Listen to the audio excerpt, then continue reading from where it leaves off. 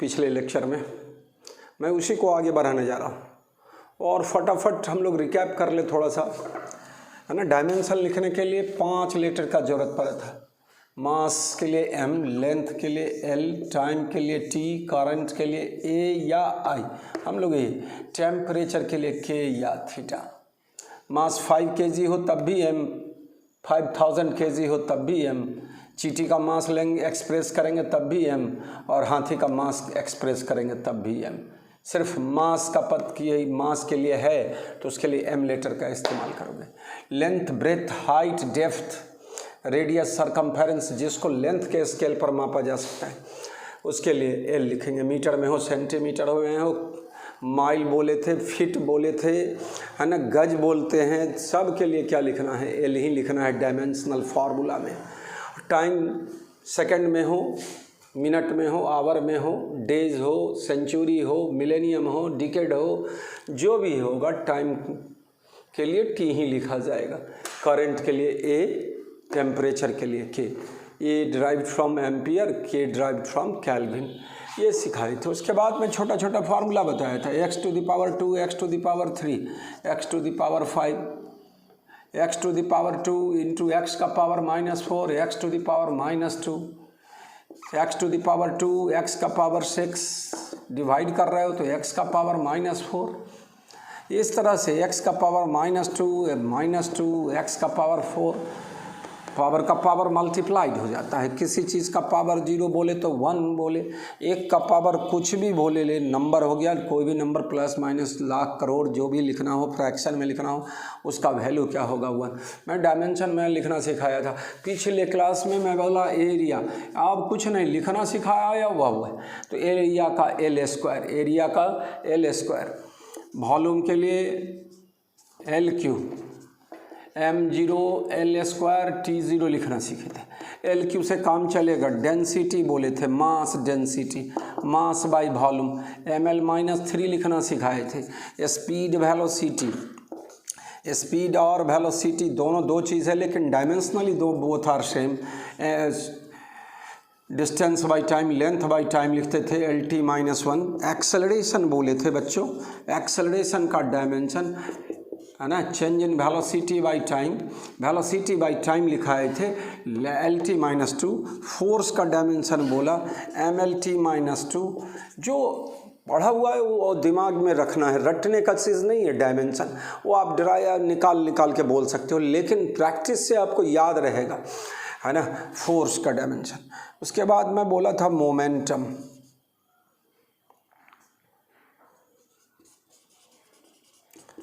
Mass into velocity. ये formula याद करना है आपको, फार्मूला याद करना है, डायमेंशन लिखा जाएगा मास के लिए m और वेलोसिटी के लिए। इसी के आधार पर मैं एक और बोला था इम्पल्स।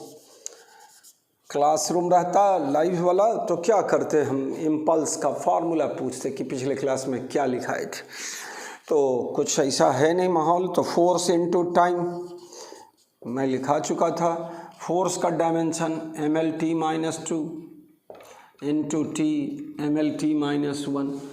जहाँ जहाँ इस तरह लिखेंगे समझ लेना कि बोथ आर डायमेंशनली सेम। इस तरह लिखेंगे या ऑब्लिक देखे तो क्या समझेंगे कि ये और ये डायमेंशनली क्या है, सेम है। तो इस तरह का ढेर सारा फार्मूला मिलने वाला है। हमने प्रेशर सिखाया था, प्रेशर पहले, उसके पहले वर्क, एनर्जी, टर्क बताया था, फोर्स इनटू डिस्प्लेसमेंट ML2T-2 बोला था। Pressure, force by area, pressure बोला, स्ट्रेस बोला, modulus of elasticity, modulus of elasticity practice का चीज़ है डायमेंशन। और एक और फार्मूला बोला था energy density, energy by volume, energy density. Pressure का बोले थे force by area, energy density का एनर्जी बाय वॉल्यूम। हम आज के क्लास लेक्चर में एनर्जी बाय वॉल्यूम पर निकालते। पिछले लेक्चर में मैं लिखाया था फोर्स बाय एरिया, स्ट्रेस के लिए रीस्टोरिंग फोर्स बाय एरिया। तो भैया एनर्जी बाय वॉल्यूम, एनर्जी के लिए ML2T-2 और वॉल्यूम के लिए LQ ML-1T-2। डायमेंशन तो ही आना है।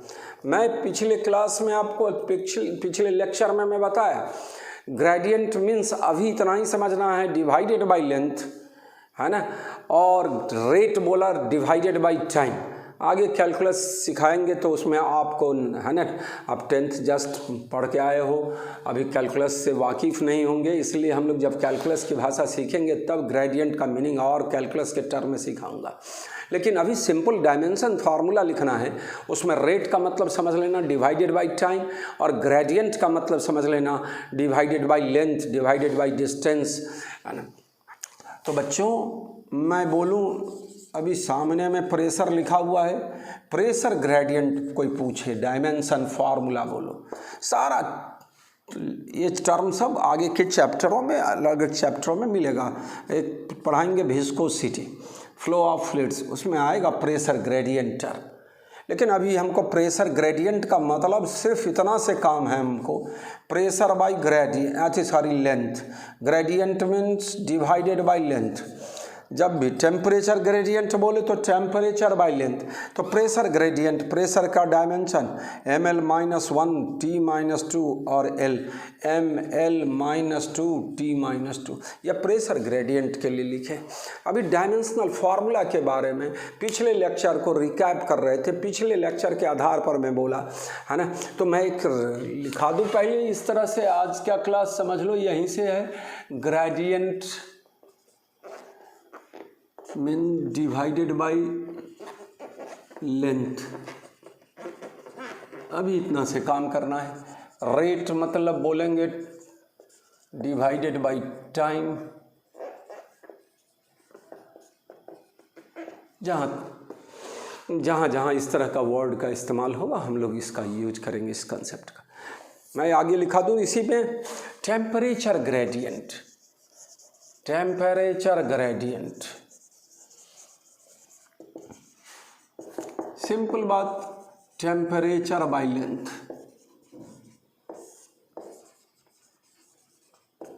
टेम्परेचर के लिए K, लेंथ के लिए L, KL इन्वर्स बोला जाएगा।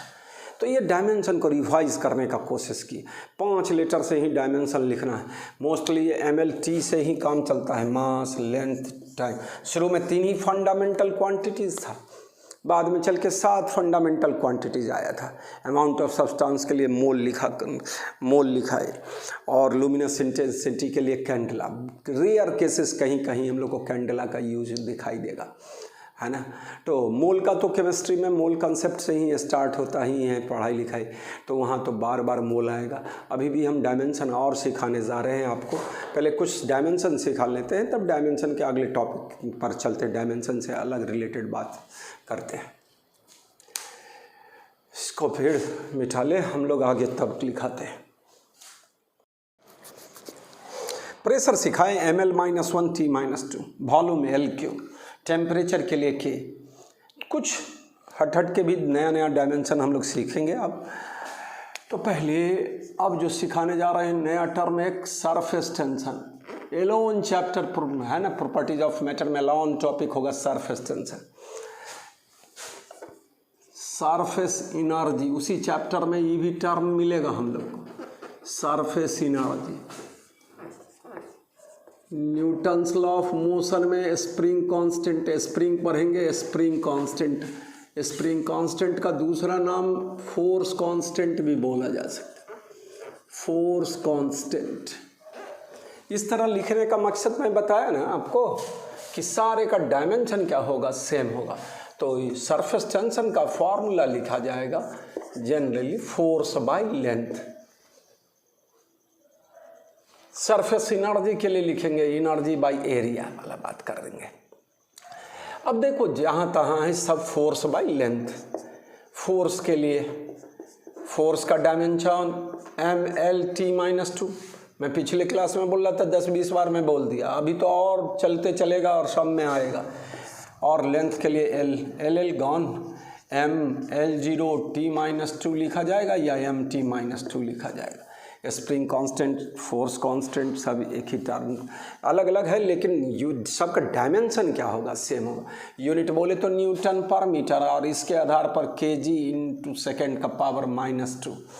मास के लिए केजी और टाइम के लिए सेकंड, एसआई में बोलेंगे। और इस आधार पर फॉर्मूला के आधार पर बोलेंगे तो न्यूटन पर मीटर। सरफेस टेंशन बोले, surface energy, surface spring constant, force constant. हम गैस कांस्टेंट बोलने जा रहे हैं। आर से लिखते हैं, बहुत सारे जगह यूनिवर्सल गैस कांस्टेंट बोला जाता है, universal gas constant R. Ideal gas equation बोला जाता है। जब भी गैस इक्वेशन बोला जाएगा बच्चों तो उसमें टर्म आएगा प्रेशर, प्रेशर के लिए पी लिखा जाएगा, पी लेटर से लिखेंगे। तो जब भी हीट एंड थर्मोडायनेमिक्स पढ़ेंगे, केमिस्ट्री में भी है ना, गैस की प्रॉपर्टीज़, जो भी गैस की गैसियस स्टेट सब पढ़ेंगे तो उसमें जो फार्मूला सब आएगा उसमें P represents pressure, V represents volume, T represents temperature. लेकिन डायमेंशनल फार्मूला में टेम्परेचर के लिए K लिखना है या थीटा लिखना है। तो इस तरह का P, V, T, N या म्यू लिखा जाएगा नंबर ऑफ मोल्स के लिए, नंबर ऑफ मोल्स के। कैपिटल R बोलेंगे तो यूनिवर्सल गैस कांस्टेंट है ना। K लेटर लिखा जाएगा बोल्ट्जमैन कांस्टेंट के लिए। तो सारा चीज़ अब देखने जा रहे हैं हम लोग थोड़ा थोड़ा डायमेंशन के हिसाब से। P भी बराबर nRT बोलते हैं। ये P क्या, तो प्रेशर। याद रहेगा आज के बाद जब भी पूछा जाए ideal gas equation, physics chemistry कहीं पर भी, तो P भी बराबर nRT, P भी बराबर nRT। P pressure, V volume, N number of moles, mu से भी लिखते हैं। R और T, R universal gas constant, T temperature, pressure, volume, number of moles. ये तो गैस कांस्टेंट है, ये लिखा ही है। ये टेम्परेचर, T जो है वो टेम्परेचर। टेम्परेचर का अलग अलग स्केल होगा। बोलचाल में हम लोग अपने अभी सेल्सियस हम लोग यूज करते हैं। 100 डिग्री सी पर पानी उबलता है ना, 0 डिग्री सी पर वाटर फ्रीज कर जाता है, ये सब बोलते हैं, सेल्सियस बोलते हैं। टीवी न्यूज़ देखते हो तो आज का महत्तम तापमान 35 डिग्री सेल्सियस नोट किया गया, न्यूनतम तापमान 20 डिग्री सेल्सियस नोट किया गया, 10 डिग्री सेल्सियस बोलते हैं, है ना। डॉक्टर क्लिनिकल थर्मामीटर अपने लोग जो यूज करते हैं उसमें फ़ारेनहाइट में रहता है। कैल्विन स्केल स्टैंडर्ड स्केल होता है। तो ये जो आइडियल गैस इक्वेशन इस सब में टेम्परेचर लेंगे वो कैल्विन स्केल में लेंगे। जब भी गैस लॉ में हम लोग फार्मूला का यूज करेंगे और टेम्परेचर आएगा तो उसको कैल्विन स्केल में लेने का। तो कैसे कन्वर्ट होगा, क्या होगा, सब हम लोग अलग अलग टॉपिक में पढ़ेंगे। लेकिन अभी T टेम्परेचर है, R गैस कॉन्स्टेंट है, तो R का डायमेंशन निकालना है। तो R का डायमेंशन क्या होगा, R गैस कॉन्स्टेंट बोली, universal gas constant PV/NT। Pressure के लिए ml-1 T-2। मेरे को प्रैक्टिस का बाप को समझाया बार बार कि प्रैक्टिस से याद रहेगा प्रेशर, नहीं तो अपने मेमोरी दिमाग में करना पड़ेगा। प्रेशर का formula force by area, force का dimension ml-T-2, area L² divide करेंगे तो इतना रिजल्ट आएगा। वॉल्यूम का डायमेंशन LQ, और नंबर ऑफ मोल्स के लिए मोल ही लिखा जाता है, बहुत में तो लिखते नहीं है मोल के लिए, नंबर का कोई डायमेंशन नहीं, इसलिए नंबर ऑफ मोल्स को डायमेंशन ले। लेकिन बहुत सारे केसेस में मोल बोला जाता है। टेम्परेचर के लिए कैल्विन, तो कैल्विन के लिए K, तो डायमेंशन क्या होगा ml2 T-2 K इन्वर्स, मोल इन्वर्स भी लिख दें। लेकिन इसको गौन कर दे तो हम लोग डायमेंशन सिर्फ क्या लिखेंगे ml2 T-2 K इन्वर्स। तो हम 4 क्वांटिटीज़ बोलने जा रहे हैं। देखो भाई, 2 तरह की बात होगी। बहुत सारे क्वेश्चन पेपर में 4 गो ऑप्शन में ये रहेगा, ये नहीं रहेगा, दोनों एक साथ नहीं रह सकता है। अगर रहे तो ज़्यादा सही कौन होगा, ये ज़्यादा सही क्या है आपको ये लगाना होगा, वो इसी में टिक लगाना पड़ेगा, वही मार्कशीट भरना रहेगा तो उसी में हम लोग सर्किल को भर देंगे। ऑनलाइन रहेगा तो अपना करेंगे जैसे टिक। यहाँ ml2 T-2 K इन्वर्स हो गया। हम बोलना चाह रहे हैं gas constant, Boltzmann constant.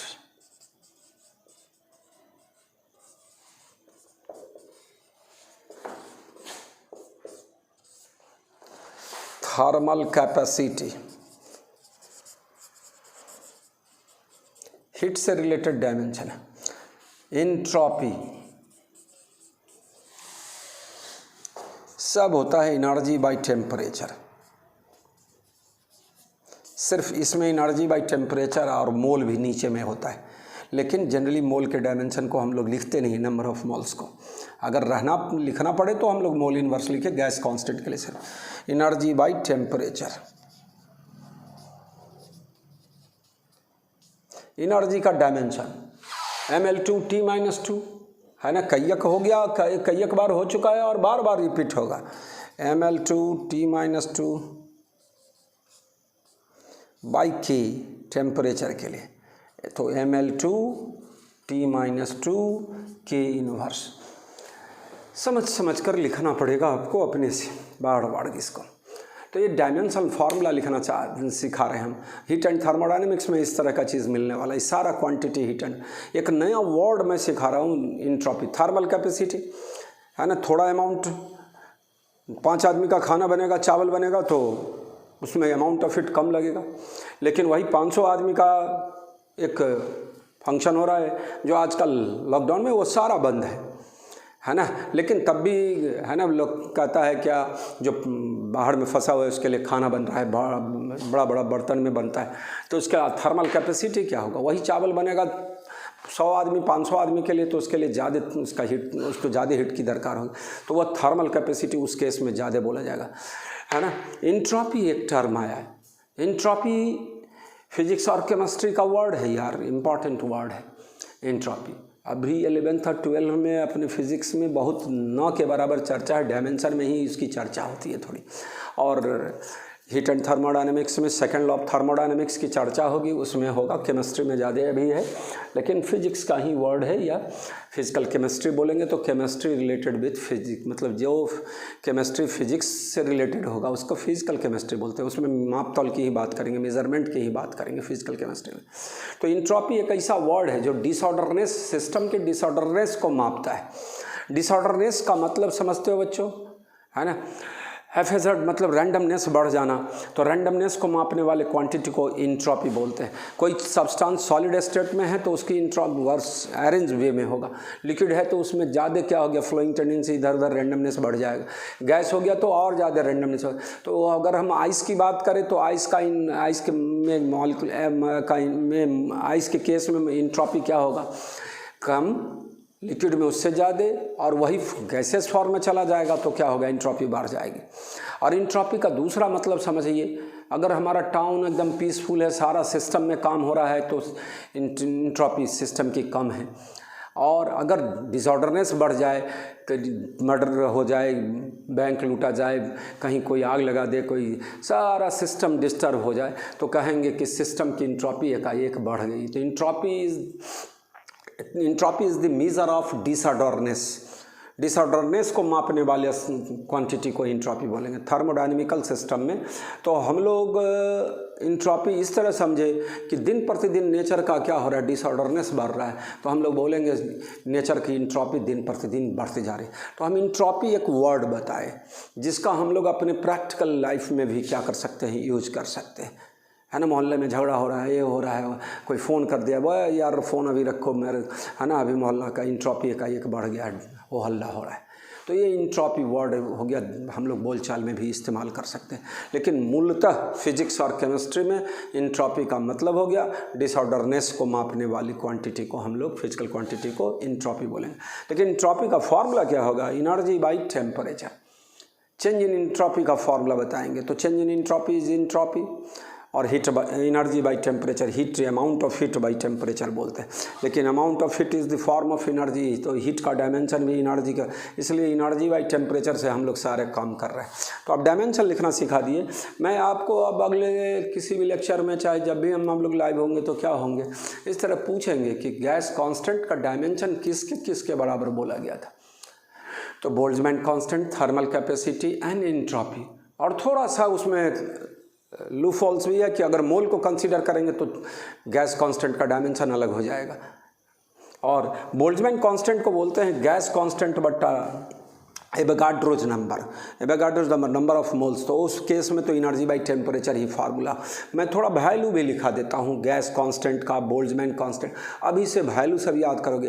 Value याद करने से क्या होगा, यूनिट याद रहेगा। यूनिट से भी क्या हो सकता है, डायमेंशन याद हो सकता है, ये वो कर सकते हैं हम लोग। अब डायमेंशन याद करने मतलब हो सकता नहीं, डायमेंशन ड्राइव कर सकते हैं हम लोग यूनिट के आधार पर। तो मैं 2 वैल्यू लिखने जा रहा हूँ अभी तत्काल, गैस कांस्टेंट का और बोल्ट्जमैन कांस्टेंट का। तो मैं आगे थोड़ा इसी यहीं पर लिखा देता हूँ, universal gas constant 8.31 joule mole inverse kelvin inverse, joule per mole into kelvin भी लिखा।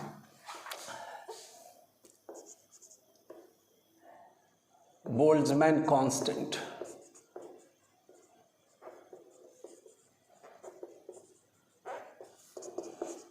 यूनिवर्सल गैस कांस्टेंट,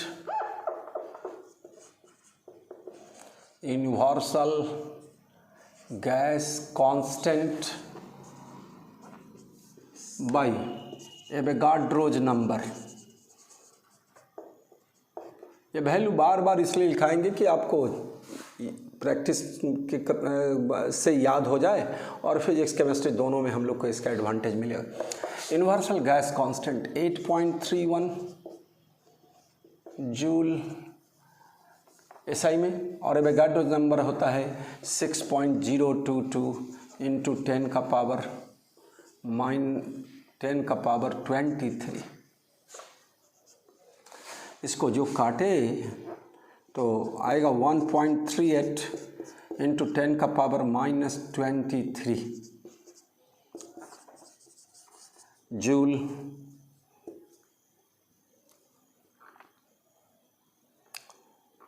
पर केल्विन, जूल पर केल्विन। तो ये वैल्यू सब याद रखना है, 1.38 इंटू 10 का पावर -23 जूल पर केल्विन।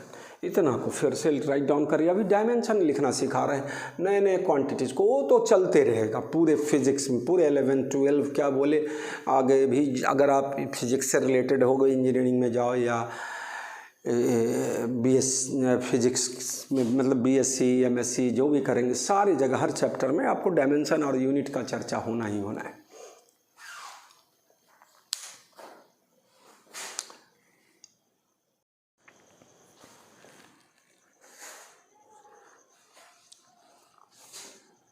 दो चार और नया सीखते हैं, फिर रोक देंगे डायमेंशन लिखने का। फिर नेक्स्ट लेक्चर में फिर मैं डायमेंशन को रिपीट आगे बढ़ाऊंगा। तो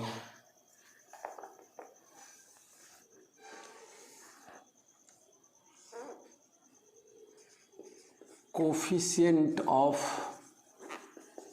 विस्कोसिटी, फिर एक नया टॉपिक होगा, चैप्टर होगा विस्कोसिटी।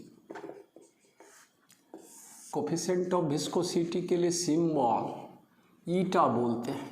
इसको क्या पढ़ोगे बाबू, ईटा। याद रखने के लिए मकान का ईटा, ईटा है ना। थोड़ा सा एन लेटर में इसको लंबा कर दिए, लॉन्गेट कर दिए, ईटा बोलेंगे, है ना। NCERT और सारे फिजिक्स के किताबों में लास्ट में है ना ग्रीक अल्फ़ाबेट दिया हुआ है बच्चों। मैं ओमेगा का दिखा रहा था, सॉलिड एंगल के लिए ओमेगा लिखा था, तो वो ग्रीक सिंबल है। तो उसी तरह ईटा भी एक ग्रीक सिंबल है, ग्रीक लेटर है। कोफिशिएंट ऑफ विस्कोसिटी को रिप्रेजेंट करते हैं। इसका फॉर्मूला होता है, एक तो होता है viscous formula, viscous force F बराबर minus eta AV/x।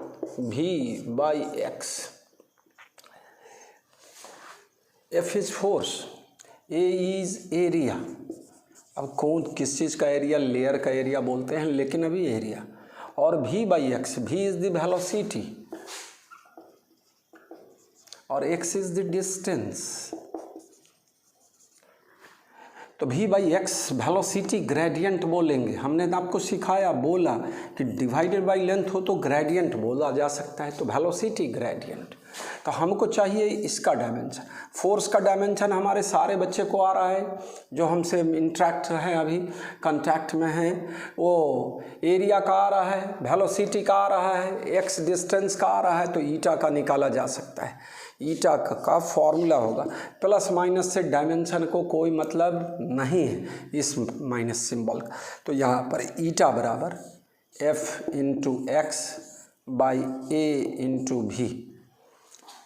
Omitted negative sign छोड़ देते हैं डायमेंशन में इस केस में। बच्चों अगर इसको सेपरेट करके लिखा जाए तो फोर्स बाई एरिया और एक्स बाई भी, डिस्टेंस बाई स्पीड या वेलोसिटी।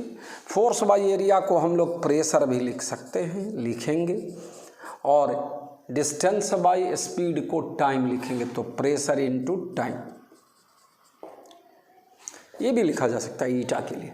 और डायमेंशन तो हम लोग कहीं से यहाँ से भी लिख सकते हैं, इससे भी लिखेंगे। क्या लिखोगे डायमेंशन? प्रेशर का डायमेंशन ml-1 t-2 और टाइम के लिए t ml-1 t-1।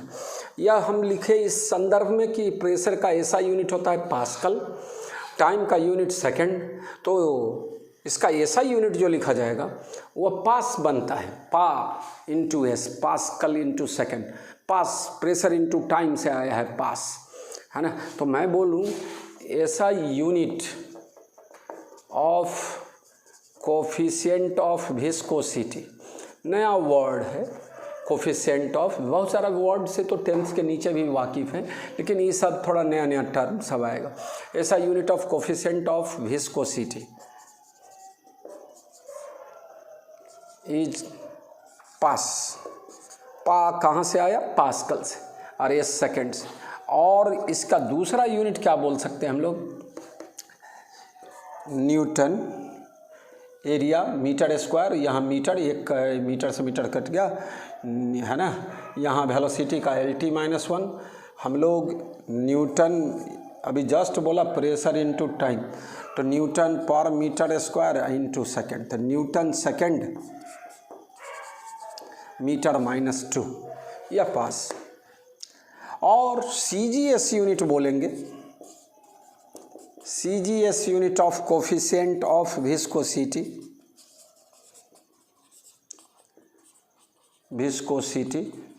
Is poise. एक साइंटिस्ट का नाम है पॉइजली, तो पॉइज उसी से आया है। और बहुत सारे बुक में पॉइजली भी ऐसा यूनिट में लिखा जाता है कोफिशिएंट ऑफ विस्कोसिटी के लिए।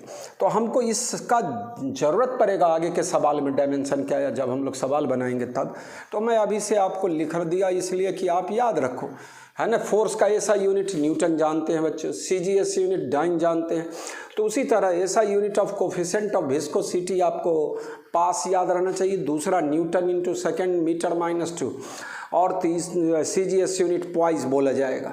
तो हम लोग कन्वर्ट करेंगे एक पॉइज को पास में, एक पास को पॉइज में, on the basis of dimensional analysis, on the basis of dimensional analysis. लेकिन अभी हम लोग कोफिशिएंट ऑफ विस्कोसिटी का डायमेंशन एक झटके में आपको इतनी बार इसको हम लोग बोलेंगे अभी से लेके 11th और 12 मिलाकर, कि बार बार बोलने पर ml-1 t-1 याद रहेगा। प्रेशर का dimension ml-1 t-2, coefficient of viscosity का डायमेंशन ml-1 t-1। आपको लगेगा क्या सब मिलता जुलता है, लेकिन आप अपने मेमोरी में इस तरह इसको देखोगे तुरंत चेक कर लोगे कि हम क्या सही होगा क्या गलत होगा। तो मैं डायमेंशन लिखना सिखाया, तत्काल एक तरह से क्या किया जाए, इस डायमेंशन को रोका जाए यहाँ। अब हम लोग डायमेंशन का आगे का टॉपिक पढ़ ले, लेकिन डायमेंशन अभी कंप्लीट नहीं हुआ है बच्चों। अभी डायमेंशनल फार्मूला ढेर सारा लिखाएंगे हम आपको। अभी प्रेशर ग्रेडियंट बोले, पिछले क्लास में मैं वेलोसिटी ग्रेडियंट बोला था, फ्रीक्वेंसी बोला, एंगुलर फ्रीक्वेंसी। अभी जस्ट थोड़ा सा ग्रेडियंट का बात चला है तो रिपीट कर लो फिर से। वेलोसिटी ग्रेडियंट मैं बोला अभी, velocity gradient, velocity by distance. Velocity का डायमेंशन LT-1, डिस्टेंस के लिए L, तो T-1 होगा जो फ्रीक्वेंसी होगा, एंगुलर वेलोसिटी होगा। डी के कांस्टेंट बोले थे पिछले क्लास में, लेक्चर में हावल्स कांस्टेंट बोले थे। तो वो सब का डायमेंशन T इनवर्स। तो ये सब आप करते रहें, रिपीट करते रहें, फिर रिवाइज करेंगे घर पर, है ना, बैठे अपने घर पर ही रहकर सारे को रिवाइज करते रहेंगे। अब देखो हम आगे क्या ले जा रहे हैं, आपको क्या सिखाना चाह रहे हैं। तो अगला टॉपिक है मेरा बच्चा principal of homogeneity of dimension. Quantity होगा ऐसा कि जो dimension less quantity, dimension less quantity वाला में ऐसा क्वांटिटी जिसका कोई डायमेंशन नहीं। मैं 2 सिखाया, उसमें 2 तरह का होगा, एक यूनिट लेस होगा जो डायमेंशन लेस होगा, लेकिन एक ऐसा भी क्वांटिटी होगा जिसका यूनिट होगा लेकिन डायमेंशन लेस होगा। तो जिसको हम प्लेन एंगल और सॉलिड एंगल बताए आपको कि प्लेन एंगल और सॉलिड एंगल का कोई डायमेंशन नहीं होगा। प्लेन एंगल के लिए क्या बोले तो length of arc by radius, तो लेंथ के लिए L और रेडियस के लिए भी L लिखा जाएगा डायमेंशन में, तो L बाई L कैंसिल हो गया तो M0 L0 T0 लिखा जाएगा, लेकिन उसका ऐसा यूनिट पर है रेडियन। उसी तरह सॉलिड एंगल में एरिया बाई डिस्टेंस स्क्वायर, तो एरिया के लिए L स्क्वायर और डिस्टेंस स्क्वायर के लिए भी L स्क्वायर कैंसिल हो गया, डायमेंशन लेस हो गया, लेकिन उसका स्पेशल यूनिट था ST रेडियन। तो बहुत सारा क्वांटिटी ऐसा है जिसका डायमेंशन तो नहीं होगा लेकिन यूनिट हो जाएगा, लेकिन कुछ ऐसा है जिसका यूनिट नहीं होगा तो डायमेंशन भी नहीं होगा। ये तो है कि unit less quantity must be dimension less, लेकिन डायमेंशन लेस क्वांटिटी में है भी यूनिट, तो यस, तो वो चीज़ देखना है आपको। अब तो इस तरह से बात बोलेंगे हम, आपको आगे बताने जा रहे हैं बच्चों कि हम लोग ऐसा कांस्टेंट लेंगे जिसका कोई डायमेंशन नहीं होगा। तो कुछ बच्चे के माथे में बढ़ जाता है कि सर ने सिखाया कि कांस्टेंट का डायमेंशन नहीं होता है। नो नो नो, बहुत सारा अभी जैसे गैस कांस्टेंट लिखा है, यूनिवर्सल गैस कांस्टेंट, लेकिन वैल्यू तो है, यूनिट है। फिर से बोल्ट्जमैन कांस्टेंट बोले, नहीं हम लोग कांस्टेंट बोलेंगे, प्लांक्स कांस्टेंट बोलेंगे, राइडबर्ग कांस्टेंट बोलेंगे, है ना। तो उस सब का वैल्यू आप याद रखोगे तो काम चल जाएगा। तो इस तरह से हम लोग आगे अगले क्लास में, अगले लेक्चर में उसकी चर्चा जाएगा हम लोग करेंगे। लेकिन अभी हम आपको ले चल रहे हैं अगले टॉपिक पर जिसका नाम है principal of homogeneity of dimension. Principal of homogeneity of dimension, principal of equal power बोला जाएगा। LHS में जितना पावर होगा मास का वो उतना ही RHS में भी होगा, लेंथ का जितना LHS में लेंथ का RHS में भी वही। प्रिंसिपल ऑफ इक्वल पावर भी सामान्य भाषा में बोलते हैं। हिंदी में शुद्ध हिंदी बाजी, जो हिंदी मीडियम वाले मेरे कुछ बच्चे होंगे वो आराम से देखो, डायमेंशन का हिंदी बीमा बोलते हैं, इससे क्या मतलब है, लेकिन बीमा डायमेंशन का अर्थ बीमा हो गया हिंदी वर्ड, और उसका वो बोलते हैं बीमा का समघातता का सिद्धांत। समघात इक्वल पावर का प्रिंसिपल है, प्रिंसिपल ऑफ इक्वल पावर बोलेंगे। तो प्रिंसिपल ऑफ होमोजेनिटी का मतलब है ना प्रिंसिपल ऑफ इक्वल पावर। अब क्या है थोड़ा हम लिख कर बताते हैं, तब सवालों में आप प्रवेश कर जाएंगे। हम लोग बताने जा रहा हूँ वो principal of homogeneity of dimension, principal of homogeneity of dimension.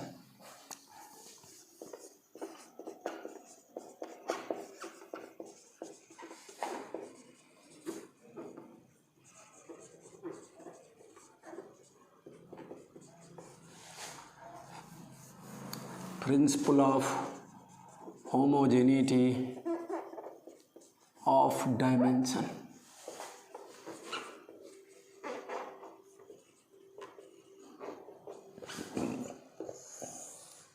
Principal of homogeneity of dimension का मतलब यहाँ पर 2 स्टेटमेंट्स में समझाने का कोशिश करता हूँ बच्चे। फिजिक्स में कोई भी फॉर्मूला और इक्वेशन लिखेंगे तो LHS और RHS का डायमेंशन निश्चित तौर पर आपस में बराबर होना चाहिए। अगर हम लोग LHS में प्रेशर ले रहे हैं तो RHS में भी हम लोग को डायमेंशनली प्रेशर ही आना चाहिए। अगर दूसरा कोई क्वांटिटी दूसरा डायमेंशन आने लगेगा तो इसका मतलब समथिंग इज़ रॉन्ग, कुछ गलती हो रही है हम लोगों से। तो एक तो स्टेटमेंट हो गया कि dimension on both sides of an equation must be same. अब मान लो LHS में ढेर सारा टर्म है, RHS में बहुत सारा टर्म है। एक टर्म फोर्स है तो सब टर्म क्या होगा, LHS वाला फोर्स होगा और RHS वाला भी फोर्स होगा, तभी तो फोर्स बराबर फोर्स की बात करेंगे डायमेंशनली। तो dimension of each term of an equation must be same. और दूसरा है कि force is added with force, force is subtracted from force. Force को फोर्स के साथ घटाओगे, फोर्स को फोर्स के साथ जोड़ोगे, जोड़ने और घटाने के बाद भी क्या होगा, फोर्स ही मिलने वाला है। तो the terms which are added और सब्ट्रैक्टेड वह टर्म जिसको ऐड करो या सब्ट्रैक्ट करो मस्ट हैविंग सेम डायमेंशन। ये दो वाइटल पॉइंट है, पूरे फिजिक्स में हम लोग इसको लगाते रहेंगे और चेक करते रहेंगे। एक डायमेंशन के बेसिस पर फॉर्मूला चेक किया जाएगा कि हमारा LHS RHS डायमेंशनली अगर सही है तो वो लगेगा कि थोड़ा सा कि सही हम लोग कर रहे हैं, कोई निश्चित नहीं है कि वो सही होगा। लेकिन अगर गलत है तो मस्ट बी रॉन्ग। तो डायमेंशनली चेक कर लेते हैं बीच बीच में हम लोग किसी फार्मूला के डेरिवेशन में कि LHS और RHS का डायमेंशन सेम तो आ रहा है। तो यह चीज़ अब देखें तो principle of homogeneity of dimension बोलते हैं। मैं बोला प्रिंसिपल ऑफ इक्वल पावर, तो इक्वल पावर LHS और RHS में मास, लेंथ, टाइम और डिफरेंट क्वांटिटीज़ का पावर सेम होना चाहिए। The dimension on both sides of an equation और formula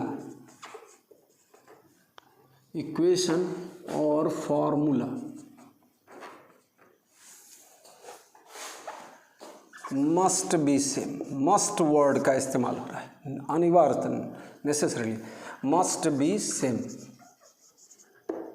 that is dimension of each term of an equation must be same। और दूसरा statement बनाते हैं इसी में, सबका मीनिंग एक ही है, सबका एक ही तरह का कंसेप्ट होगा। The terms which are added or subtracted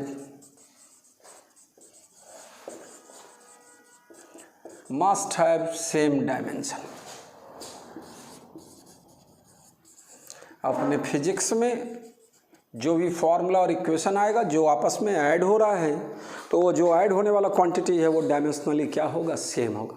जो सब्ट्रैक्ट हो रहा है एक दूसरे के साथ, तो उसका डायमेंशन भी क्या होगा, सेम होगा। तो ये दो इम्पॉर्टेंट पॉइंट है ना। अब इसके आधार पर हम लोग छोटा छोटा सवाल पहले छोटा से शुरू करेंगे और तब बड़ा बड़ा सवाल भी इसके आधार पर बनाते चले जाएंगे। तो सामान्य भाषा में जो LHS का डायमेंशन होगा वो RHS का।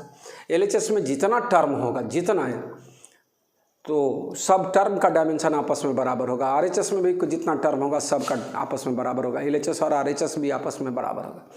सिंपल है, S बराबर UT plus half AT square. तो S है डिस्टेंस, तो UT भी डिस्टेंस होगा और हाफ AT स्क्वायर भी डिस्टेंस होगा। तो इस तरह की बात को समझने का है कि फार्मूला में क्या है, कैसे है, हर टर्म का डायमेंशन आपस में बराबर होगा अगर वह आपस में जोड़ा और घटा, ऐड और सब्ट्रैक्ट होता है। मल्टीप्लिकेशन और डिवीजन के लिए नहीं बोला जा रहा है, एडिशन और सब्ट्रैक्शन के केस में ही बोला जा रहा है। और कोई सी फार्मूला का LHS और RHS आपस में डायमेंशनली भी सेम होगा। कोई इक्वेशन है, LHS में ढेर सारा टर्म है, RHS में ढेर सारा टर्म है, सब टर्म, एक टर्म प्रेशर हो गया तो सब टर्म प्रेशर आएगा। अगर कोई भी वो बीच में गड़बड़ आ गया, गलत आ गया, तो इसका मतलब हम लोग जो फार्मूला लिख रहे हैं वो गलत लिख रहे हैं। तो ये तरीका है इसका। तो principle of homogeneity of dimension की बात पर सवाल हम लोग बनाते हैं। छोटा देखो, दो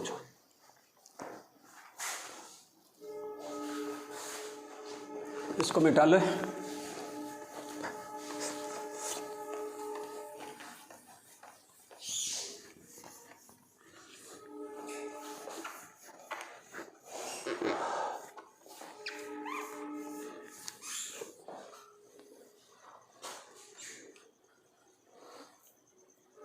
मैं बोला फोर्स का डायमेंशन बार बार mL/T-2।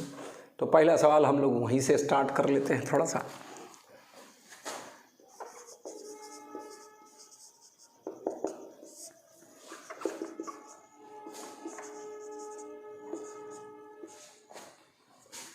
ये फोर्स को F on a body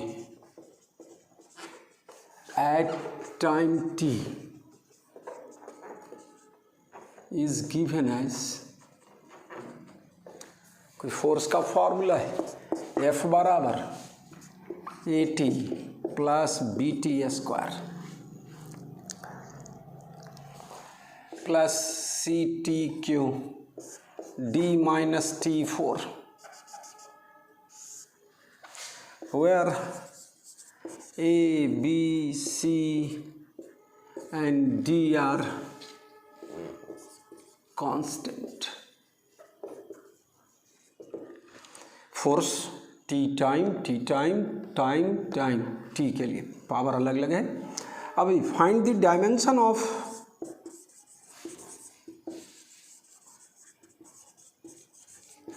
A, B, C and D। ABCD का डायमेंशन निकालना है, छोटा सवाल है। अब कैसे बनेगा सो आपको देखना है। इसका सॉल्यूशन मैं बताऊं आपको, एक बार सीख लोगे उसके बाद तो देखते देखते क्या करेंगे, डायरेक्ट आंसर लिखेंगे बिना कुछ लिखे। F is force, this is force LHS। RHS में 3 टर्म है, दिस। या फोर्स है मेरा बच्चा तो EV प्रिंसिपल ऑफ होमोजेनिटी के आधार पर फोर्स होगा। EV क्या होगा? फोर्स होगा। EV क्या होगा? पूरा फोर्स होगा। E अकेला T4 है और D को हम लोग T4 के साथ क्या कर रहे हैं? T4 को D से घटा रहे हैं। तो D किसके बराबर होगा? T4 के बराबर होगा। दूसरा पार्ट यही था कि the terms which are added और subtracted must having same dimension. तो D को हम लोग T4 को सब्ट्रैक्ट कर रहे हैं D से, तो D और T4 डायमेंशनली सेम होगा। तो D का डायमेंशन T4 तो एक झटके में आपको बोलना पड़ेगा डायरेक्ट बिना कुछ किए दिए, on the basis of principal of homogeneity of dimension.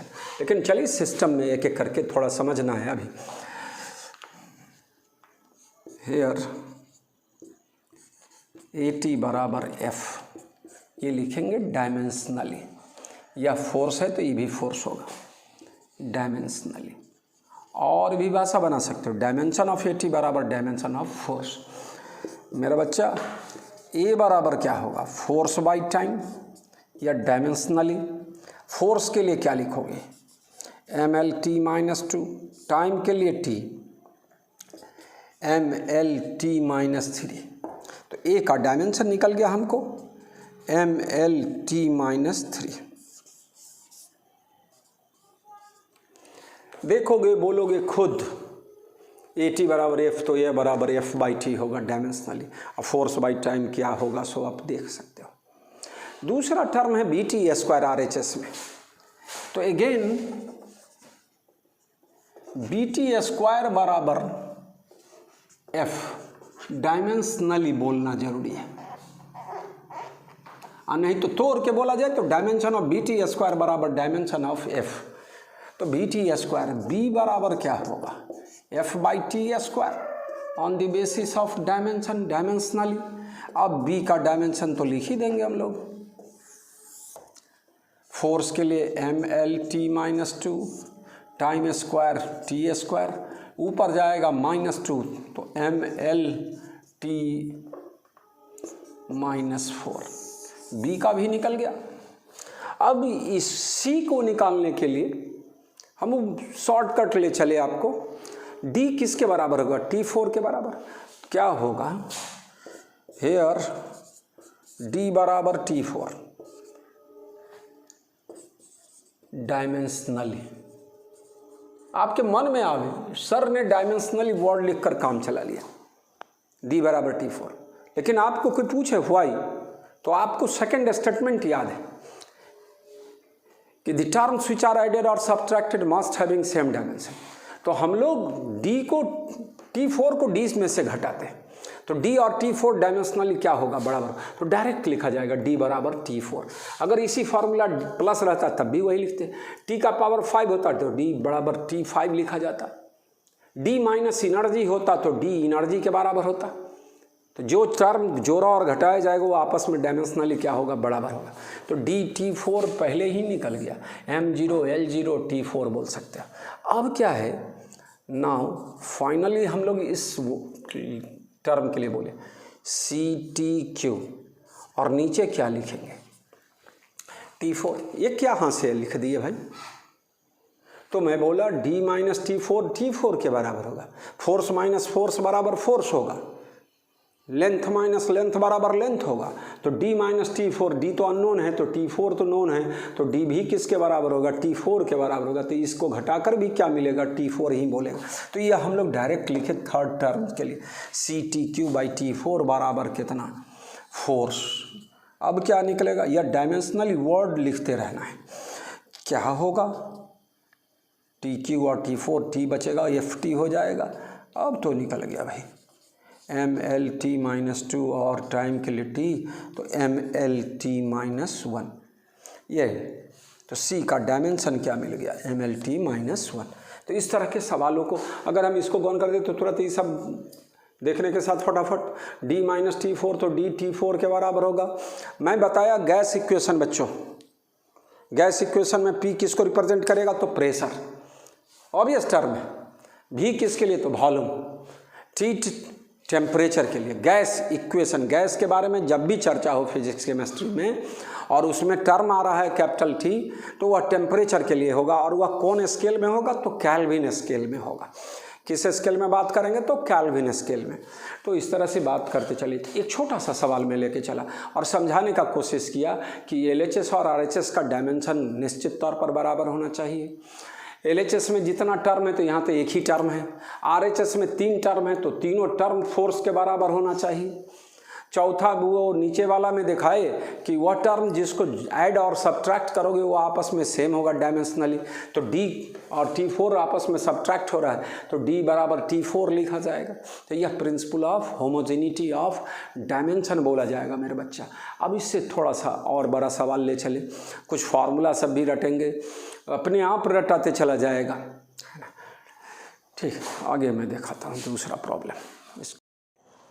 Principal of homogeneity of dimension पर मैं दूसरा सवाल बताने जा रहा हूँ। ऐसा सवाल बोल रहा हूँ, सवाल प्रॉब्लम ऐसा है जो हमारे फिजिक्स में भी, थर्मोडायनेमिक्स में आने वाला है, केमिस्ट्री में भी आने वाला है, जिसको रियल गैस इक्वेशन बोलते हैं।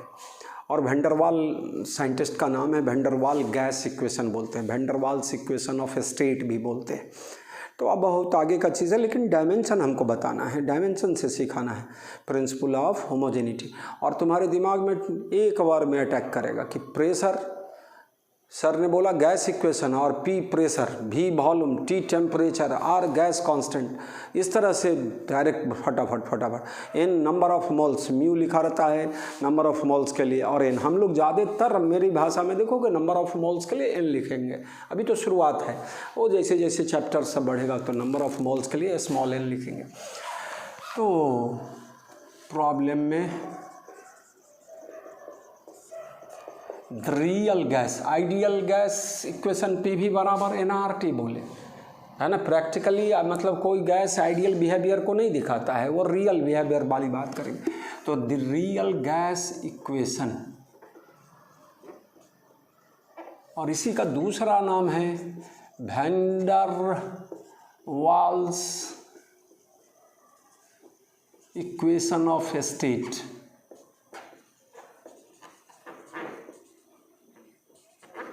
और इसी को बोलेंगे van Waals equation of state.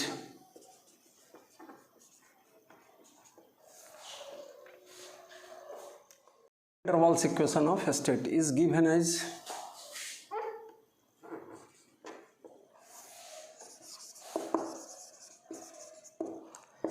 P plus A/V² into V minus B बराबर RT for 1 mole of gas.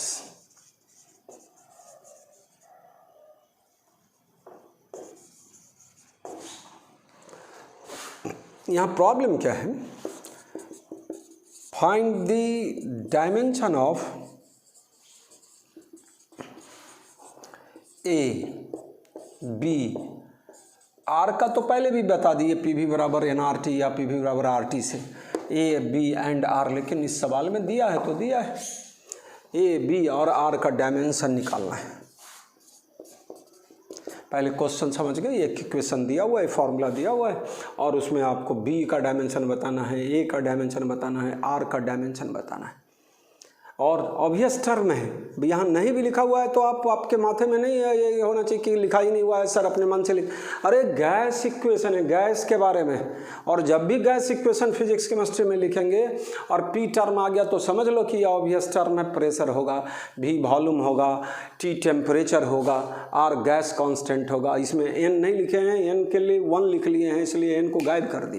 लेकिन अगले फॉर्मूला हम लिखा हिंट दे देते हैं कि N is the number of moles, number of moles. Solution में क्या है, तो सबसे आसान हो गया किसका डायमेंशन, बी का। The terms which are added और subtracted must have same dimension. B को हम लोग सब्ट्रैक्ट कर रहे हैं भी के साथ, वॉल्यूम के साथ, तो बी मस्ट बी वॉल्यूम, तो बी का डायमेंशन क्या हो गया, भी के बराबर एल क्यू। तो इस तरह का बात। और ए बाई भी square is added with pressure, pressure P plus A by भी square. The terms which are added must have same dimension. तो यहाँ पर क्या होगा लिखने का तरीका, हेयर ए बाई भी स्क्वायर बराबर पी डायमेंशनली। वो स्टेटमेंट रटा रहे जो लिखाए हैं, कोई पूछे कि हुआ ही तो वह एक झटके में आप बोल दोगे कि the terms which are added और subtracted must have same dimension. 10 P बराबर ए बाई भी स्क्वायर लिखे डायमेंशनली। तो ए बराबर क्या होगा मेरा बच्चा, पी इंटू भी स्क्वायर, किसके आधार पर, तो डायमेंशनली। अब तो लिख दोगे, प्रेशर का डायमेंशन आपको आता है ml-1 T-2 आता है तब बनेगा भाई, नहीं तो फिर अलग से समय दीजिए। प्रेशर बराबर फोर्स बाई एरिया, फोर्स का डायमेंशन लिखिए, एरिया का लिखिए, निकलेगा। और वॉल्यूम के लिए एल क्यू, और एल क्यू का होल स्क्वायर कितना हो जाएगा बच्चों, है ना। इसी से ए बराबर ml-1 T-2 L6, L Q का पावर 2 तो L6, ml-5 -1 6 T-2, तो ए का डायमेंशन निकल गया मेरा बच्चा, ml-5 T-2। और बी का तो सबसे आसान हो गया, क्या होगा, अगेन बी बराबर भी डायमेंशनली, फिर वाई तो बस the terms which are added और subtracted must have same dimension. हम लोग बी को घटा रहे हैं, भी से सब्ट्रैक्ट कर रहे हो भी के साथ, तो बी और भी डायमेंशनली बराबर हो गए, तब तो सब्ट्रैक्ट हो रहा है। तो क्या होगा मेरा बच्चा, इसलिए बी बराबर क्या होगा, एल क्यू डायमेंशनली, मतलब बी का dimension L Q. m0 L Q T0 लिखा जा सकता है। अब देखो यह P प्लस ए बाई भी स्क्वायर, तो प्रेशर होगा पूरा, प्रेशर प्लस समथिंग बराबर प्रेशर। एक टर्म प्रेशर है तो जितना टर्म जो ले सब मिलकर भी प्रेशर हो। वॉल्यूम में से घटाएं बी, लेकिन वॉल्यूम एक टर्म है तो सब टर्म इसका रिजल्ट क्या होगा, वॉल्यूम होगा डायमेंशनली। तो वॉल्यूम या प्रेशर या वॉल्यूम, नहीं तो अलजेब्रा आता है मेरा बच्चा, सबको मल्टीप्लाइड कर दो।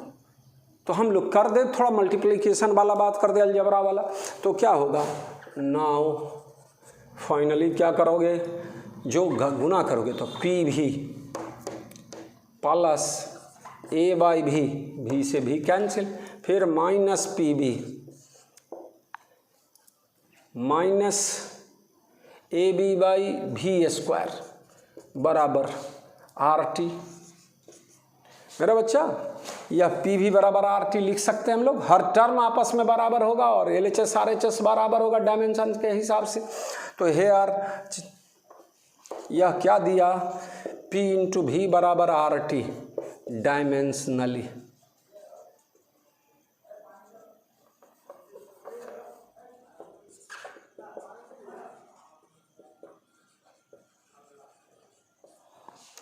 इसलिए R बराबर पी भी बाई टी, पी बोले तो प्रेशर, ml-1 T-2, वॉल्यूम बोले तो एल क्यू, और टेम्परेचर बोले तो के, ml2 T-2 के इनवर्स।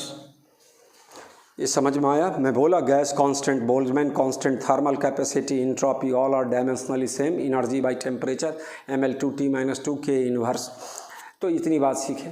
और रियल जो अब ये तो 1 मोल गैस के लिए वैन डर वाल्स इक्वेशन लिखे, आपको याद हो जाना चाहिए आज के बाद 2 equation. Ideal gas equation PV बराबर NRT, N is number of moles, एक मोल गैस के लिए PV बराबर RT बोलना है, और N मोल्स के लिए मेरे बच्चों आइडियल गैस के लिए यह था। रियल गैस के लिए फॉर्मूला जिसको हम लोग रियल गैस इक्वेशन बोलेंगे, है ना, इक्वेशन ऑफ स्टेट बोलेंगे, जो वैन डर वाल ने दिया था, तो उसको van der Waals equation of state, वो फार्मूला याद रहना चाहिए, P + A/V² × V - B बराबर RT, यह रियल गैस इक्वेशन बोला जाएगा। तो अब इसी में N हम वो जो करेक्ट एकदम N मोल के लिए जो फार्मूला है मैं लिख देता हूँ इसी में, इसको मिटा लें और इसी में मैं इसी फार्मूला में जोड़ देता हूँ।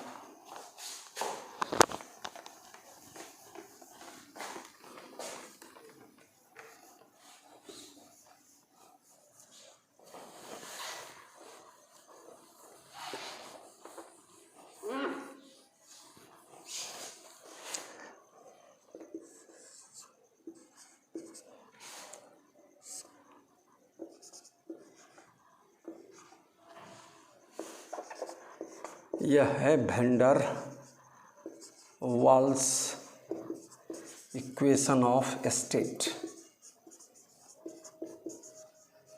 N is number of moles.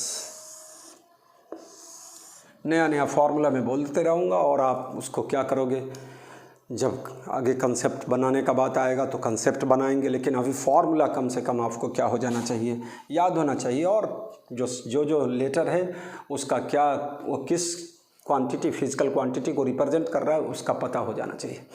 तो मैंने बोला था कि डायमेंशन ऐसा है कि सारा चैप्टर पढ़ने के बाद आसान लगता है, लेकिन हम लोग क्या करेंगे, आगे के फॉर्मूलाओं को जो नहीं भी पढ़ें उसको भी राइट डाउन करके हम लोग डायमेंशन कम से कम लिखना सीख जाएं, अलग अलग तरह के क्वांटिटी का। यही मेरा ध्येय है सिखाने का, पहले डायमेंशन बताने का, अभी और भी फार्मूला बताते हैं।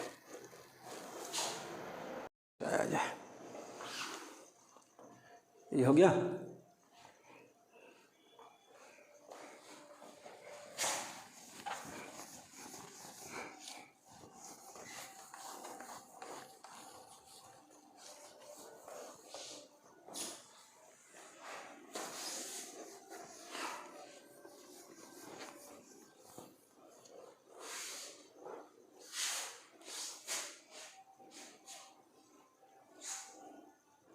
फिर से प्रिंसिपल ऑफ होमोजेनिटी का यूज करना है अगले सवालों में। तो एक है क्या, all the trigonometrical ratios, all the trigonometrical ratios are dimensionless.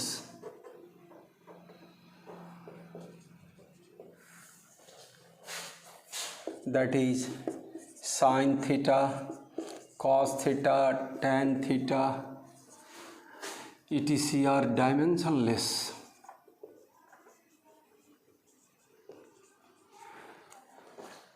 Sin, cos, tan are always used with angle. Thus here theta is angle and theta is also क्या, angle is dimensionless में बताया, यूनिट बोला था, ज़्यादातर ये सब plane angle वाला case होगा।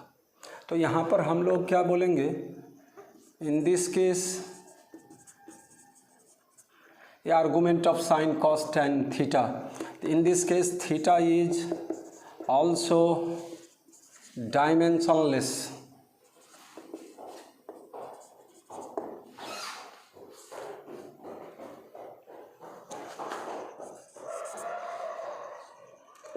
logarithmic quantities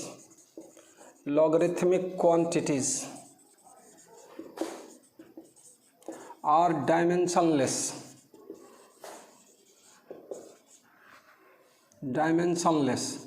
और इसका आर्गुमेंट भी क्या होगा, डायमेंशनलेस होगा। That is log x is dimensionless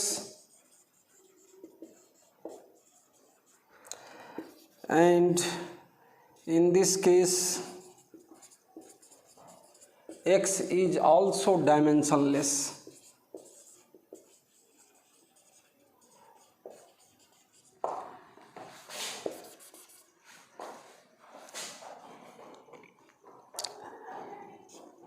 exponent quantities, exponential जिस्म पर exponent quantities are dimensionless and also power of exponential लिख लो, लिखा ही रहे हैं, लिख लिया जाए। उसके बाद हम अब जस्ट एप्लीकेशन इसका दिखाएंगे तो आपको एकदम क्लियर हो जाएगा। एक बार हो गया तो उसके बाद बार बार हम लोग बड़ा बड़ा सवाल फटाफट बनाएंगे।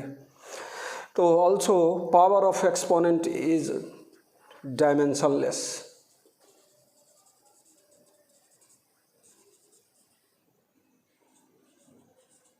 क्या बोला, इसका अर्थ नीचे लिखेंगे, that is e to the power x is dimensionless.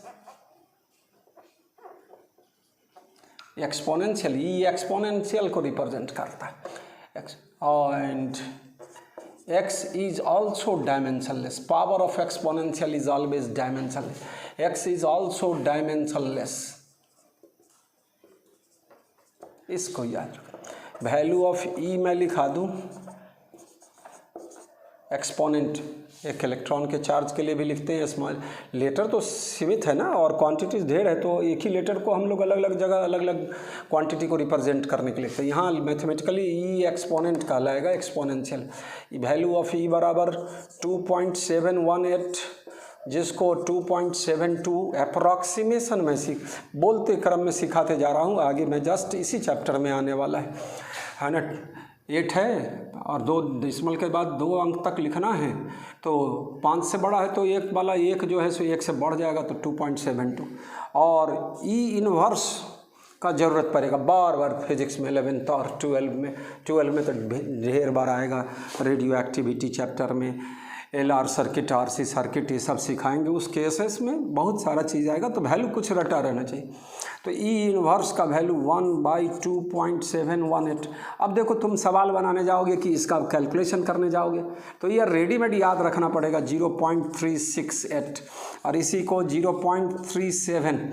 फिर वही बात, 8 जो है 5 से बड़ा है तो पहले वाला नंबर 1 से क्या होगा, बढ़ जाएगा, तो 0.37 अप्रॉक्सीमेट लिखेंगे।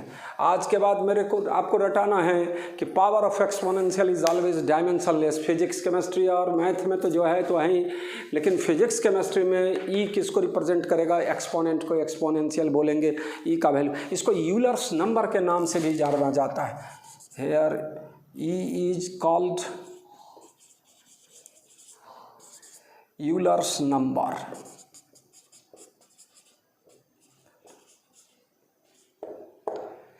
ई इज कॉल्ड यूलर्स नंबर। तो याद रखना है, मैं डिफ्रेंसिएशन कैलकुलस जब सिखाऊंगा तो इसका यूज सिखाऊंगा। फिर तो यहाँ तक पहले फिर से मेरी बात सुन लो। All the trigonometrical quantities are dimensionless. Sine theta, cos theta, tan theta, cot theta, cosec theta, सब क्या है, डायमेंशनलेस है। और साइन के साथ एंगल का इस्तेमाल होता है। साइन थीटा है तो थीटा मीन्स एंगल, और एंगल क्या हो गया तो एंगल इज डायमेंशनलेस, तो थीटा का भी कोई डायमेंशन नहीं होगा। लॉग एक्स बोले तो उसका कोई डायमेंशन नहीं होगा, और लॉग का आर्गूमेंट है एक्स, तो एक्स इज ऑल्सो डायमेंशनलेस। कहीं कहीं पर कंट्राडिक्शन रहेगा, लेकिन अभी जो हम पढ़ाने जा रहे हैं, जो प्रॉब्लम बताएंगे उसमें यही होगा कि लॉग एक्स का भी डायमेंशन नहीं होगा, और एक्स लॉग के साथ एक्स है तो एक्स का भी कोई डायमेंशन नहीं होगा। और दूसरा बोले एक्सपोनेंशियल वाले क्वांटिटीज़ का कोई डायमेंशन नहीं होगा, जैसे E to the power X exponential है ना, तो वह उसका कोई डायमेंशन नहीं होगा। और E power of exponential is always dimension. E के आर्गूमेंट जो उसके पावर में है वह भी डायमेंशन लेस होगा। M0 L0 T0 लिखेंगे जो कुछ अगर होगा तो, जैसे x है, ई के पावर में x है तो x का डायमेंशन M0 L0 T0 बोलेंगे। तो इतनी बात को देख ले। तो सवालों में अब इसका यूज़ क्या होगा सो दिखा रहे कि कैसे हम लोग बड़ा बड़ा सवाल भी फटाफट बना सकते हैं। कुछ टेक्निक होता है यार, सारे जगह आजकल फटाफट का दौर है भाई, तो टेक्निक पर ट्रिकी बात करना पड़ेगा आपको, है ना। हर जगह आप क्या है उसको लंबा चौड़ा ड्राइव करके आप चाहोगे कलाकारी करके लिखे और बढ़ा के सोचे समझे। जितना सोचना है समझना है करते जाना है घर पर, और लेकिन एग्जामिनेशन में जाना है तो दम फिट होकर जाना है, फटाफट वाला तैयारी करके जाना है।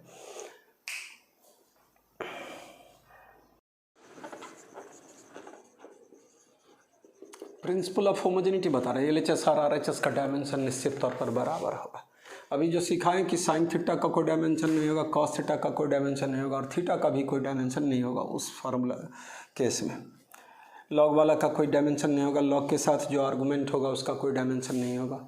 एक्सपोनेंशियल का कोई डायमेंशन नहीं होगा, एक्सपोनेंशियल के पावर का, उसको भी एक्सपोनेंशियल का आर्गूमेंट बोलेंगे, उसका भी कोई डायमेंशन नहीं होगा। Power of exponential is always dimensionless, याद रखना बच्चों एकदम। और सवालों में उसका यूज करें।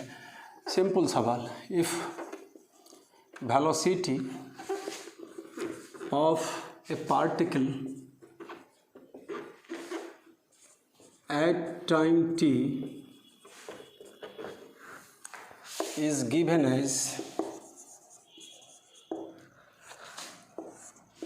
v बराबर k1 sin k2t at time t, t is time, v is velocity, find the dimension and unit की भी बात करें ऑफ K1 एंड K2, किस पर यह सवाल बनेगा? तो principle of homogeneity of dimension, homogeneity of dimension. देखो सॉल्यूशन में क्वेश्चन समझ गए, एक इक्वेशन दिया हुआ है वेलोसिटी का टी टाइम पर। आगे जब चलेंगे तो साइन, ऐसा जो साइन कॉस वाला फंक्शन होगा वेलोसिटी में वो SHM कहलाएगा, सिंपल हार्मोनिक मोशन, है ना। तो वो देखेंगे, लेकिन सॉल्यूशन में hair sign K2t is dimensionless. तुमको सिखाया गया कि साइन कॉस टेन वाला का कोई डायमेंशन नहीं होता है। All the trigonometrical quantities are dimensionless, all the trigonometrical ratios are dimensionless. तो यह साइन K2t का कोई डायमेंशन नहीं, तो LHS RHS का डायमेंशन बराबर होना चाहिए। इसका कोई डायमेंशन नहीं तो K1 बराबर भी होगा, इसलिए K1 बराबर भी डायमेंशनली, इसलिए K1 का डायमेंशन क्या होगा? That is dimension of K1 बराबर LT-1। कहाँ से आया? तो वेलोसिटी का dimension LT-1, unit of K1 velocity metre into second inverse, metre पर सेकेंड बोला जा सकता है। तो इतनी बात समझ गए, K1 का काम हो चुका। और तुमको मैं ऐसे भी रटाया कि इस फार्मूला में K2t sign K2t is dimensionless, तो K2t इज डायमेंशनलेस एंगल होगा। लेकिन थोड़ा सा अभी शुरुआत है तो लिखना सीखो, थोड़ा सा बात लिखने के क्रम में सीखा जा सकता है। तो क्या होगा? As sine is always used with angle, always used with angle, that is here K2t बराबर क्या लिखा जाएगा? एंगल।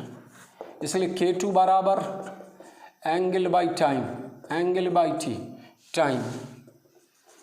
अब इसका डायमेंशन क्या होगा? Dimension of K2, angle is dimensionless, तो क्या होगा K2 का dimension? M0 L0 T0 by T, M0 L0 T inverse, simply T inverse भी बोला जा सकता है। लेकिन बट यूनिट ऑफ K2, यहाँ पर थोड़ा सा कलम को ठहराव दे के सोचना पड़ेगा। डायमेंशन के आधार पर तो सेकेंड इनवर्स होगा, लेकिन भाई एंगल भी तो आया। एंगल एक ऐसा क्वांटिटी है जिसका यूनिट होता है लेकिन डायमेंशन नहीं होता है, तो हम लोग उसका ऐसे क्वांटिटीज़ का डायमेंशन के आधार पर यूनिट लिखना गलत हो जाएगा। तो यहाँ इसका फॉर्मूला से लिखेंगे यूनिट ऑफ K2 एंगल के लिए रेडियन पर सेकेंड, तो शॉर्ट में हमने लिखना सिखाया था रेडियन पर second, unit of K2 radian पर सेकेंड। इस तरह का सा यहाँ रहता है एक्सेलरेशन, तो K1 किसके बराबर होता है? एक्सेलरेशन के बराबर होता है। K2t का कथा वही होता, साइन होता या कॉस होता या टैन होता, जो भी होता। यहाँ पर एक्सेलरेशन के जगह प्रेशर होता, तो प्रेशर के जगह यहाँ पर K1 प्रेशर के बराबर हो जाता है। तो इस तरह से हम लोग बात करेंगे। या जनरली हम लोग अगर आगे वेव्स ये सब पढ़ेंगे तो प्रेशर के टर्म में हम लोग वेरिएशन दिखाएंगे, डिस्प्लेसमेंट के टर्म में दिखाएंगे कि पीरियोडिकली चेंज होगा, उसमें साइन कॉस आएगा इक्वेशन में। लेकिन हमको वो अभी वो चीज़ पर आना ही नहीं, हमको सिर्फ डायमेंशन सिखाना है कि और यूनिट लिखना सिखाना है। तो वो आगे जब पढ़ेंगे तो और क्लियर होगा। लेकिन अभी इस तरह का जो भी फार्मूला मिलेगा उसका डायमेंशन यूनिट हम लोग क्या कर सकते हैं, आराम से लिख सकते हैं। उसमें इन्वॉल्व क्वांटिटी का डायमेंशन और यूनिट ईजिली वे में लिखा जा सकता है। आगे फिर से हम इससे रिलेटेड सवाल ले चलते हैं। तो ये प्रॉब्लम है फिर से दूसरा उसी तरह प्रिंसिपल ऑफ होमोजेनिटी पर, जिसमें साइन कॉस का इस्तेमाल हो रहा है। If in the equation y बराबर a sign omega T minus K x, फिर से यह ब्रैकेट में है, साइन के साथ है तो दिस विल बी एंगल। अगर यह पूरा एंगल है तो ये अकेला भी एंगल होगा, ये भी एंगल होगा। सब अच्छा, एंगल माइनस एंगल बराबर एंगल। और इस पूरे का कोई डायमेंशन नहीं होगा, sine omega T minus all the trigonometrical quantities are dimensionless. तो यह डायमेंशन लेस है तो a किसके बराबर होगा, y के बराबर होगा। हमको a का डायमेंशन बनाना है। y और x stands for distance, y भी डिस्टेंस है और x भी डिस्टेंस है। तो यहाँ पर क्या करना है, सो देखो सॉल्यूशन में हम लोग को इस प्रॉब्लम में a, ओमेगा और k का डायमेंशन बताना है। यहाँ y जो है डिस्टेंस है, x भी डिस्टेंस है, t टाइम है, t stands for time, t for time. तो ये अपने आप अब क्या है यार, फिर से अब जब कॉम्पिटिटिव लेवल में आएंगे तो कुछ नहीं लिखना है, डायरेक्ट आंसर देना है कि यह डायमेंशन ऐसे तो a का डायमेंशन y के बराबर होगा, l होगा, कहा है कि वह डिस्टेंस है, ठीक है। और यह ओमेगा टी एंगल है तो ओमेगा का टी इन्वर्स होगा। के एक्स एंगल है तो के का होगा एंगल बाई एक्स, एंगल का कोई डायमेंशन नहीं, एक्स का एल होगा तो एल इन्वर्स होगा। ऐसे बोलना पड़ेगा फटाफट। लेकिन अभी जो शुरुआती 11th का क्लासेस है तो अभी उसके लेक्चर 11th के लेक्चर के केस में थोड़ा सिस्टम में लिखना पड़ेगा, सिस्टम में बोलना पड़ेगा। तो लिखना है क्या चीज़, here sine omega T minus K X is dimensionless, is dimensionless, therefore a बराबर y डायमेंशनल है। इसका कोई डायमेंशन ही नहीं है तो a और y आपस में बराबर होगा, LHS और RHS का डायमेंशन बराबर होता है, इसलिए a बराबर क्या होगा भाई l, m0 l t0 लिखा जा सकता है, a का डायमेंशन मिलेगा। अब क्या है, इसी में हम लोग आगे कर लें।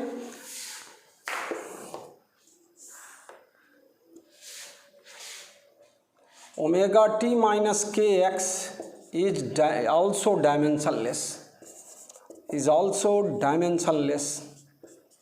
इसके पिछले वाले सवाल में लिखा है, इसे पहले वाले सवाल में कि साइन के साथ एंगल का इस्तेमाल होगा रहा है, इसका मतलब है omega T minus K x angle होगा और एंगल का कोई डायमेंशन नहीं होता है, तो direct omega T minus K X is also dimensionless, या omega T minus K X is angle Y, तो sine is always used with angle.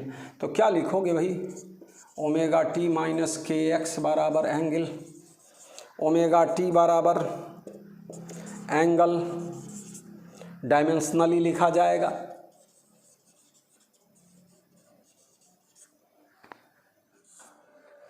इसलिए ओमेगा बराबर एंगल बाई टाइम, एंगल का डायमेंशन m0 l0 t0 और time का t inverse लिखा जाएगा, m0 l0 t inverse. Unit पूछे तो रेडियन पर सेकंड बोलेंगे। सिमिलरली इसी प्रकार क्या होगा बच्चों बताओ, kx is also angle, k बराबर एंगल बाई x और x is what distance, m0 l0 t0 by l, m0 l inverse t0। इस तरह से डायमेंशन लिखना पड़ेगा। तो इस तरह का एक दो सवाल एक ही तरह का हो गया, लेकिन थोड़ा सा डिफरेंस हो गया, एंगल में दो टर्म आया, omega T minus K x. तो बस इतनी बात सीखे। अब है एक्सपोनेंट वाला सवाल सीखेंगे थोड़ा सा कि एक्सपोनेंट वाला में कैसे बनेगा। मैं तुमको रटा रहा हूँ, बार बार बोलना है। एक बार बोला जाए पावर ऑफ एक्सपोनेंशियल तो एक बार में बोलना है, इज ऑलवेज डायमेंशनलेस। एक लय में बोलना पड़ेगा, क्लास जब रहे पूरा बच्चे बोलेंगे एक साथ कि power of exponential is always dimensionless. Exponential के पावर का कोई डायमेंशन नहीं होता है।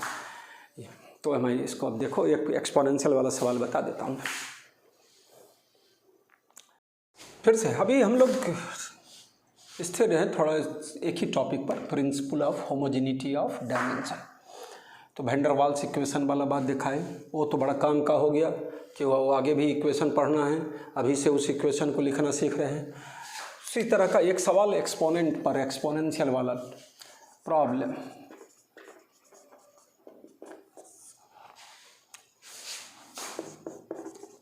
The position of particle. देखो अगर घबराहट हो तो ऐसा है कि अभी तो शुरुआत ही है, और इस तरह का चीज़ हम लोग थ्योरेटिकली बढ़ते जाएंगे आगे आगे चैप्टर में, तो फिर इसको रिपीट किया जाएगा, फिर एक बार और कोशिश करेंगे समझा देने का। लेकिन ऐसा कुछ नहीं है जो नहीं समझ में आवे। LHS RHS बराबर होगा डायमेंशनली, डायमेंशन MLT से लिखा जाएगा, मास लेंथ टाइम से। पावर आता है इंडिसेज जिसको बोले, वो आता है, तो हम लोग काम आराम से कर सकते हैं। तो इतना जान, the position of particle at time t is given as ST। यह S इंटू टी नहीं, यह S is the function of time. S सिर्फ यह S है, तो किसके लिए S लिखे हैं? पोजीशन के लिए। तो ST बराबर V0 पढ़े, V0 पढ़े, जो हमारे हिंदी मीडियम वाला V0 पढ़ेंगे, इंग्लिश मीडियम वाले V0 बोलेंगे, बात एक ही है भाई। इनिशियल, अभी तो इसको दिखाएंगे कि यह वेलोसिटी आएगा, इनिशियल वेलोसिटी के लिए V0 लिखा जाएगा। लेकिन अभी V0, V0 और थोड़ा सा आगे की बात फिर से बोलते रहें, कैलकुलस ये सब पढ़ेंगे। अगर ऐसा कोई लेटर है जिसमें 0 लगा रहे, 1, 2 लगा रहे सब स्क्रिप्ट में नीचे, तो समझ लो दीज आर कांस्टेंट। ये V0 इज कांस्टेंट आगे की टर्म। अभी इस फार्मूला इस सवाल में मैं लिखाने जा रहा हूँ। तो position of particle at time t is given as S बराबर V0/B 1 e to the power -BT। ये एक प्रॉब्लम दिया हुआ है। Here V0 and B greater than 0 are constant। V0 and B are constant। B greater than 0 का यहाँ कोई significance नहीं है। जब आगे कैलकुलस वाला इसमें इसको आगे भी फिर काइनेमेटिक्स इस सब में सवाल बताएंगे, आगे करंट इस सब में, तो उसमें इसका कंसेप्ट B greater than 0 तभी मीनिंगफुल होगा ये सब। B greater than 0 are constant। V0 and B are constant. T time है, S पोजीशन हो गया, डिस्टेंस हो गया। Find the dimension of V0 and B।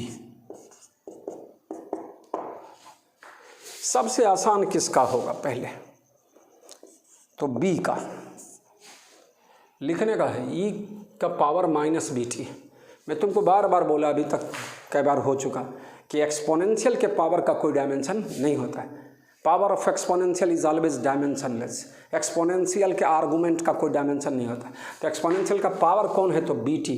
Minus नहीं बोलेंगे डायमेंशन ये सब लेने के केस, माइनस लेंगे, माइनस को हटा देंगे डायमेंशन के केस में। तो यहाँ पर क्या होगा? As power of exponential is always dimensionless। Thus here BT बराबर B इंटू T बराबर डायमेंशनलेस बोले तो M0 L0 T0। तो B बराबर क्या होगा? M0 L0 T0 by T। या टी इधर गया, कैपिटल टी लिखाएगा डायमेंशन के लिए, m0 L0 टी इनवर्स होगा। इतना तो लिखने सजा के लिखे हैं तब, और नहीं तो डायरेक्ट b बराबर टी इनवर्स लिखा जाएगा, क्योंकि इसका कोई डायमेंशन नहीं होगा, या टी है तो या टी इनवर्स होगा, तब दोनों कट कैंसिल हो जाएगा तो डायमेंशन लेस आ जाएगा। तो power of exponential is always dimension less. अभी हमको v0 का डायमेंशन निकालना है, तो पहले इसको सिंपल बना दो, इक्वेशन को तोड़ दो। तो अगेन s बराबर, ये t को उड़ा दिए, s is the function of time, v0 by b, v0 by b minus v0 by b, v0 by b, जो पढ़ना है पढ़िए, e to the power minus bt। अब हर टर्म का डायमेंशन आपस में क्या होता है, सेम होता है, तो दिस बराबर this, therefore v0 by b बराबर s डायमेंशनली। या डायमेंशनली में क्या था, dimension of each term of an equation must be same, तो जो v0 बाई b होगा वही, जो s होगा वही v0 बाई b होगा, तो v0 बराबर s into b dimensionally. s के जगह l पोजीशन डिस्टेंस, अब b के जगह t इनवर्स निकाले हो lt माइनस 1, तो v0 का क्या हो गया, डायमेंशन ऑफ v0 बराबर lt माइनस 1।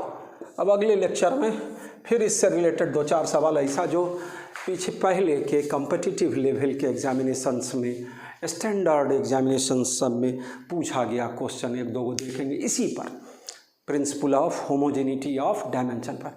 मैं बोला था पिछले लेक्चर में कि मैं fundamental quantities, how we measure mass, है ना, smaller mass larger mass, how we measure distance larger distance small distance, है ना, how we measure time interval, कि हर लेक्चर में मैं कुछ कुछ बताऊंगा। अभी ज़्यादा टाइम हो गया इसी पर, फिर देखेंगे कि भी अभी तो लंबा चलते रहेंगे हम लोग उसको, तो कहीं कहीं पर जोड़ते रहेंगे उस लिटरेचर सबको। तो बस आज का लेक्चर यहीं तक, लेकिन पिछला सारा रिवाइज कर ला, और घबराहट तो एक रत्ती नहीं होनी चाहिए, काहे कि अभी तो शुरुआत है, ऐसा ऐसा फॉर्मूला हम लोग बार बार रिपीट करते रहेंगे फिजिक्स में, है ना, तो उस तरह की बात, साइन कॉस टेन पर ही हमारा फिजिक्स आधारित होगा, है ना। कैलकुलस सीख लेंगे तो कैलकुलस सिंपल कैलकुलस पर हम लोग का फिजिक्स आगे बढ़ता जाएगा, तो मैथमेटिकल टूल्स वाले क्लास में सिखाएंगे। लेकिन अभी जितना सिखाए, व्हाट इज़ फिजिक्स, मेजरमेंट के लिए बात क्या किए, unit, fundamental and derived units, different जो कन्वर्सन मैं बताया था, है ना, तो वो कन्वर्सन वाला फार्मूला सब, जैसे 1 सैक बराबर 10 का power minus 8 second, largest unit of mass Chandrashekhar limit बोले थे, 1.4 इंटू मास ऑफ द सन। मैं बोल रहा हूँ, आपको बोलना पड़ेगा इस तरह से फटाफट। आज के डेट में मैं यूनिवर्सल गैस कांस्टेंट का वैल्यू लिखाया, बोल्ट्जमैन कांस्टेंट का वैल्यू लिखाया, वो सारा चीज़ और भी कांस्टेंट सब हम लिखाते चले जाएंगे, जो आगे हमको ज़रूरत पड़ेगा फिजिक्स प्लस केमिस्ट्री दोनों में, तो वो आगे आगे देखेंगे अगले लेक्चर में, फिर मैं कुछ जोड़ते जाऊँगा। और अभी अगला टॉपिक होगा इसी से रिलेटेड, इससे पहले तो सवाल 2-4 बनाएंगे, और तब हम लोग सीखेंगे uses of dimension, uses of dimension. तक घर पर भी स्टडी करने का है कि किस तरह से क्या पढ़ाई होगा, कैसे। ओके।